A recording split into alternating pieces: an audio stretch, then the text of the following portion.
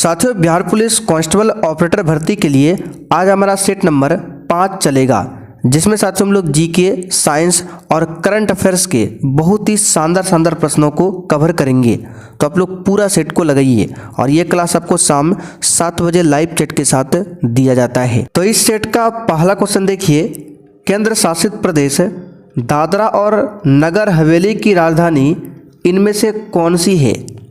चलिए, question number 1 के लिए आप लोग आंसर बताइए और प्रत्येक स्टूडेंट को नीचे लाइव चैट में अपना अपना आंसर करना है। तो साथियों, केंद्र शासित प्रदेश दादरा और नगर हवेली की राजधानी जो है ये हो जाएगा सिलवासा। चौथा वाला ऑप्शन आपका बिल्कुल राइट है। कहाँ पर है? सिलवासा। कवरत्ती किसकी राजधानी है? तो ये लक्षद्वीप की राजधानी है कवरत्ती। दूसरा क्वेश्चन, एक प्रकार की वर्षा जो हवा के पहाड़ियों की पट्टी के साथ ऊपर उठने के कारण होती है, उस वर्षा को क्या कहते हैं? बताइए। तो उस वर्षा को पर्वतीय वर्षा बोला जाता है। याद रखिएगा, चौथा वाला ऑप्शन आपका सही है, पर्वतीय वर्षा। आगे देखिए, राष्ट्रकूट, प्रतिहार और पालों का संबंध बताइए क्या है? उत्पत्ति संग्राम है, त्रिदेशीय संग्राम है, राज्य संग्राम है या फिर इनमें से कोई नहीं? चलिए, क्वेश्चन 3 के लिए आप लोग आंसर बताइए और सेशन के लास्ट में अभी हम लोग करंट अफेयर्स के प्रश्नों को भी कवर करेंगे। तो राष्ट्रकूट, प्रतिहार एवं पाल वंश के राजाओं के बीच परम्पराधिकार के लिए त्रिदेशीय संग्राम हुआ था। कौन सा संग्राम हुआ था? त्रिदेशीय संग्राम। यहाँ पर दूसरा वाला ऑप्शन आपका सही है, त्रिदेशीय संग्राम।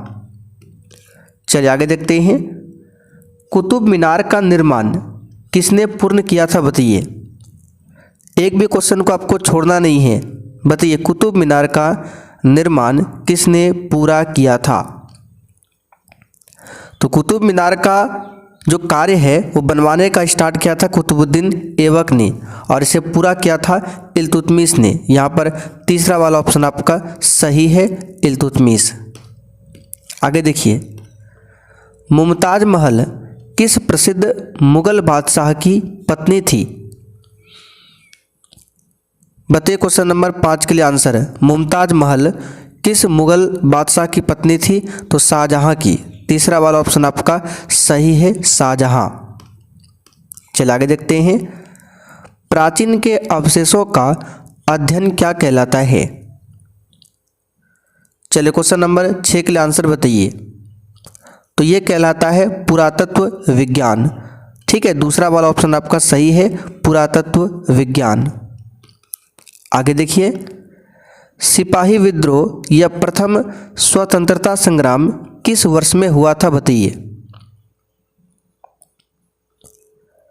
तो भारत का जो प्रथम स्वतंत्रता संग्राम है जिसे सिपाही विद्रोह बोला जाता है 1857 में हुआ था। ठीक है, तीसरा वाला ऑप्शन आपका राइट है। ये स्टार्ट कहाँ से हुआ था? तो उत्तर प्रदेश के मेरठ से ये संग्राम यानी ये क्रांति जो है स्टार्ट हुआ था। और 1857 की क्रांति का प्रतीक चिन्ह पूछे क्या था? तो कमल और चपाती या फिर कमल और रोटी। बिहार की द्वितीय राजभाषा क्या है? बहुत ही शानदार क्वेश्चन है, बताइए। तो बिहार की द्वितीय राजभाषा जो है उर्दू है। ठीक है, प्रथम क्या है? हिंदी है। यहाँ पर तीसरा ऑप्शन आपका सही है, उर्दू। आगे देखिए, बेड़िया नामक जनजाति बिहार में कहाँ पाए जाते हैं? बताइए। तो साथियों, ये मुंगेर जिला में पाए जाते हैं। फर्स्ट ऑप्शन आपका सही है, मुंगेर जिला। आगे देखिए, स्वतंत्रता पूर्व बिहार में श्रम आंदोलन की शुरुआत कहाँ से हुई थी? बताइए। तो ये हुआ था जमालपुर से। चौथा वाला ऑप्शन आपका सही है, जमालपुर। अगला क्वेश्चन, बिहार में सेंट्रल फ्यूल रिसर्च इंस्टीट्यूट कहाँ पर स्थित है? बताइए। चलिए, इस क्वेश्चन का आंसर बताइए। बिहार में सेंट्रल फ्यूल रिसर्च इंस्टीट्यूट कहाँ पर है? तो ये पटना में है। कहाँ पर है? पटना में। चौथा वाला ऑप्शन आपका सही है, पटना। आगे देखते हैं, बिहार सरकार के राजभाषा विभाग द्वारा भिखारी ठाकुर स्मृति पुरस्कार किस क्षेत्र में उत्कृष्ट योगदान के लिए दिया जाता है, बताइए। तो ये दिया जाता है रंगमंच एवं लोक कला के क्षेत्र में। तीसरा ऑप्शन याद रखिएगा सही है। चोल शिलालेखों में विद्यापीठों के लिए उपहार में दी गई भूमि का उल्लेख किस नाम से किया गया है? तो चोल शिलालेखों में विद्यापीठों के लिए उपहार में दी गई भूमि को साल भोग के नाम से जाना जाता है। चौथा वाला ऑप्शन आपका सही है, साल भोग। ठीक है, आगे देखिए, तिराप और नुआ नदियाँ किस भारतीय राज्य में बहती है? तो याद रखिएगा ये अरुणाचल प्रदेश में बहती है। फर्स्ट ऑप्शन आपका सही है। अगला क्वेश्चन, निम्नलिखित में से कौन सा कथन इसमें से सत्य है बताना है। चले सभी ऑप्शन को ध्यान से पढ़ते हैं। भारत का संविधान अंग्रेजी और हिंदी में हाथों से लिखा गया था, ये बिल्कुल सही है। 11 दिसंबर 1946 को संविधान सभा ने डॉक्टर BR अम्बेडकर को अपना अस्थायी अध्यक्ष चुना था। देखिए 11 दिसंबर 1946 को दूसरी बैठक होती है और इस बैठक में संविधान सभा ने भीमराव अंबेडकर को नहीं, किसे चुना था? तो राजेंद्र प्रसाद को अपना अस्थायी अध्यक्ष चुना था। तो ये ऑप्शन तो गलत है। हंटर कमीशन के तहत गठित एक संविधान सभा द्वारा भारत का संविधान बनाया गया, ये भी गलत है। 26 अगस्त को भारत के संविधान दिवस के रूप में मनाते हैं, ये भी गलत है, क्योंकि संविधान दिवस 26 नवंबर को मनाते हैं। ठीक है, तो ऑप्शन कौन सा यहाँ पर सही है? केवल फर्स्ट वाला। निम्नलिखित में से कौन सा हिल स्टेशन मध्य हिमालय में स्थित है? अच्छा क्वेश्चन है, बताइए। तो ये है दार्जिलिंग। दूसरा वाला ऑप्शन आपका सही है, दार्जिलिंग। 1951 में निम्नलिखित में से किस राष्ट्र ने पहले एशियाई खेलों की मेजबानी की थी, बताइए। किस राष्ट्र ने? तो अपना भारत ने। तीसरा वाला ऑप्शन आपका सही है। पहला एशियाई खेल जो है 1951 में दिल्ली में आयोजित हुआ था। ठीक है, कहाँ पर? दिल्ली में। आगे बढ़ते हैं। कल्हण एक लेखक थे जिन्होंने डैश के राजाओं के बारे में एक संस्कृत कविता लिखी थी, बताइए। किस राजाओं के बारे में? तो कल्हण की एक पुस्तक है राजतरंगिणी, उसमें कश्मीर के राजाओं के बारे में पता चलता है। तो यहाँ पर दूसरा वाला ऑप्शन आपका सही है, कश्मीर। भूकंपों को पहचानने और उन्हें रिकॉर्ड करने के लिए निम्नलिखित में से किस उपकरण का उपयोग होता है? तो सिंपल सा क्वेश्चन है, सिस्मोग्राफ का इस्तेमाल होता है। और भूकंप का अध्ययन क्या कहलाता है? सिस्मोलॉजी। निम्नलिखित में से कौन सा उपवेद ऋग्वेद से संबंधित है, बताइए।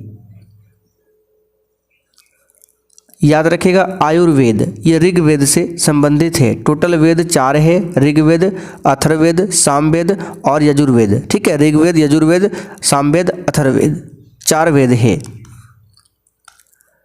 2 या इससे अधिक समाजों की तुलना के लिए निम्नलिखित में से आय के किस मानक का उपयोग नहीं हो सकता है? तो यहाँ पर इसका सही जवाब है रोजगार। दूसरा ऑप्शन सही है। कश्मीर के पुरुषों और महिलाओं द्वारा पहनी जाने वाली पारंपरिक पोशाक निम्नलिखित में से कौन सी है? तो यह है फेरान या फिर फेरन। तीसरा ऑप्शन सही है। आगे देखिए, ट्राइटियम में न्यूक्लियन की संख्या कितनी है? देखिए हाइड्रोजन के 3 समस्थानिक होते हैं। पहला H11, ये हो गया प्रोटियम। दूसरा H12, ये हो गया ड्यूट्रियम। तीसरा हो गया H13, ये हो गया ट्राइटियम। तो ट्राइटियम जो हाइड्रोजन का तीसरा समस्थानिक है और इसमें न्यूक्लियन की संख्या आपको बताना है। तो इसमें देखिए प्रोटॉन की संख्या 1 है, नीचे प्रोटॉन की संख्या है, ऊपर ये द्रव्यमान संख्या है। तो न्यूट्रॉन की संख्या कैसे निकलेगा? तो न्यूट्रॉन की संख्या निकालने के लिए ऊपर 3 है, इसमें से 1 घटा दीजिए तो आपका आ जाएगा न्यूट्रॉन। तो 3 में एक जगह कितना? 2। तो देख सकते हैं 2 न्यूट्रॉन केवल एक ही ऑप्शन में है और प्रोटॉन कितना? 1। तो चौथा वाला ऑप्शन सही है। टाइलिन नामक एंजाइम किस ग्रंथि में बनता है बताइए। ये लार ग्रंथि में बनता है, ठीक है, लार ग्रंथि में। जल खींचने वाले विद्युत पंप द्वारा हम बदलते हैं, बताइए किस ऊर्जा को किस ऊर्जा में बदला जाता है? जल खींचने वाले विद्युत पंप से। तो विद्युत ऊर्जा को स्थितिज ऊर्जा में बदला जाता है। फर्स्ट ऑप्शन यहाँ पर आपका सही है, ध्यान रखिएगा। वाहनों के अग्रद्वीपों यानी हेडलाइट में किस प्रकार के दर्पण का इस्तेमाल होता है बताइए। तो ये तो सबसे सिंपल सा क्वेश्चन है, अवतल दर्पण का इस्तेमाल होता है। कौन सा दर्पण? अवतल दर्पण। चलिए आगे देखते हैं। अब करंट अफेयर्स का क्वेश्चन है यहाँ से। केरल राज्य की पहली दृष्टिबाधित महिला जज के रूप में किसने कार्यभार संभाला है बताइए। बिल्कुल एग्जाम में आने वाला क्वेश्चन है, इस क्वेश्चन का आंसर बताइए फटाफट से। केरल राज्य की पहली दृष्टिबाधित यानी कि दृष्टिबाधित जो महिला जज है, इसके रूप में कार्यभार किसने संभाला है? तो याद रखिएगा तान्या नाथन ने, ठीक है। तान्या नाथन को आंख नहीं है तो दृष्टिबाधित है, तो इस प्रथम महिला ने केरल राज्य की पहली दृष्टिबाधित महिला है जो जज के रूप में कार्यभार संभाला है। इसको याद रखिएगा, इंपॉर्टेंट क्वेश्चन है। हाल ही में किस राज्य के जीआई टैग प्राप्त सलेम साबूदाने का निर्यात कनाडा को किया गया है? इसका सही जवाब क्या होगा? तमिलनाडु, ठीक है। Global AI brain race 2026 report के अनुसार भारत को दुनिया में कौन सा स्थान प्राप्त हुआ है? तो भारत को इसमें छठा स्थान प्राप्त हुआ है। आगे देखिए, भारत में आर्टिफिशियल इंटेलिजेंस के विकास के लिए इंडिया एआई मिशन हेतु कितना बजट आवंटित है? तो ये 10,372 करोड़ रुपया। यहाँ पर बी वाला ऑप्शन आपका सही है, ध्यान रखिएगा। तो साथियों आज का ये 5वां सेट यहीं पर कंप्लीट होता है। अब आप लोग कमेंट करके बताइए आपने कितने क्वेश्चन आज सही किए हैं।